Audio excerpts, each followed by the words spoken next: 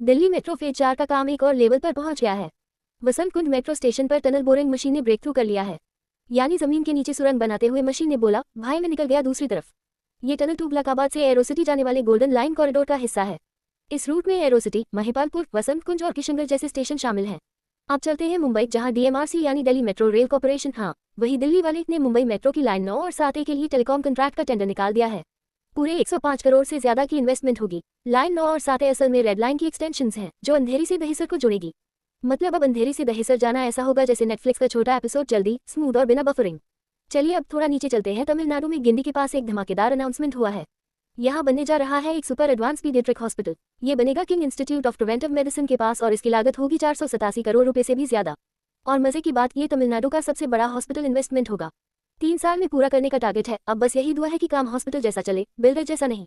अब कोलकाता की बात करते हैं, जहां आईटीडी सीमेंटेशन कंपनी ने मेट्रो लाइन 4 के अंडरग्राउंड एक्सटेंशन का ठेका जीत लिया है। ये एक्सटेंशन कोलकाता एयरपोर्ट यानी विमानबंदर से बिरटी तक जाएगा। प्रोजेक्ट की लागत है करीब 1097 करोड़ रुपए। अब थोड़ा फिल्मी हो जाएं। नोएडा में फिल्म सिटी का ग्राउंड वर्क शुरू हो गया है। उत्तर प्रदेश के चीफ मिनिस्टर ने इसका फाउंडेशन स्टोन रखा है और फेज 1 सेक्टर 21 में बनेगा। इसमें प्रोडक्शन स्टूडियो से लेकर टूरिस्ट अट्रैक्शंस तक सब कुछ होगा। लागत होगी करीब 900 करोड़ से 1500 करोड़ के बीच। मतलब एकदम लाइट्स कैमरा पैसा वाला सीन है। अब बेंगलुरु चलते हैं, जहां स्काई डेक प्रोजेक्ट को लेकर बड़ी अपडेट है।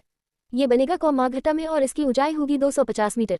इसमें ऑब्जर्वेशन एरियाज और रिक्रिएशनल जोन्स होंगे। लागत होगी 500 करोड़ के आसपास। यानी ऊंचाई भी भारी, खर्चा भी भारी। टीसीएस यानी टाटा कंसल्टेंसी सर्विसेज को भी एक नई मंजूरी मिली है।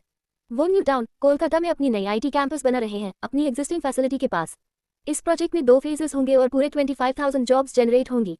टोटल इन्वेस्टमेंट होगा 4,500 करोड़ रुपए का। लाइक करे, शेयर करे, नीचे कमेंट करो और सब्सक्राइब करो जल्दी से। आगे बढ़ते हैं। अब थोड़ा एडवेंचरस हो जाए। कर्नाटका सरकार ने शिवामोगा में वाटर स्पोर्ट्स इंट्रोड्यूस करने का फैसला किया है।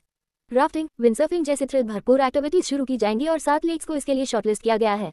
हैदराबाद में भी एक बड़ी डिफेंस डेवलपमेंट हुई है। फ्रेंच एरोस्पेस कंपनी सैफरन यहाँ एक एमआरओ फैसिलिटी बना रही है राफेल फाइटर जेट्स के M88 इंजन की सर्विसिंग के लिए। अब फ्रांस ने कहा, आपके पास जेट है, हमारे पास टूल किट है। अब चलते हैं महाराष्ट्र, जहां कैबिनेट ने शक्तिपीठ एक्सप्रेसवे को मंजूरी दे दी है। ये एक्सप्रेसवे 802 किलोमीटर लंबा होगा और नागपुर से गोवा तक जाएगा। टोटल कॉस्ट भाई साहब 83,600 करोड़ रुपए। अब गोरखपुर एयरपोर्ट की बात करें तो यहाँ एक्सपेंशन का काम शुरू हो गया है। नया टर्मिनल बनेगा एडवांस नेविगेशन सिस्टम्स के साथ और खर्चा आएगा करीब 900 करोड़ रुपए। आखिर में बात करते हैं मध्य प्रदेश की, जहां उज्जैन से जारा को जोड़ने वाला एक नया एक्सप्रेसवे बन रहा है। 98.73 किलोमीटर लंबा ये रास्ता दिल्ली मुंबई एक्सप्रेसवे से सीधे जुड़ेगा और इसकी लागत है करीब 2,418 करोड़ रुपए। लैंड एक्विजिशन हो चुका है, कंस्ट्रक्शन शुरू है और उम्मीद है 2 साल में काम खत्म हो जाएगा। धन्यवाद।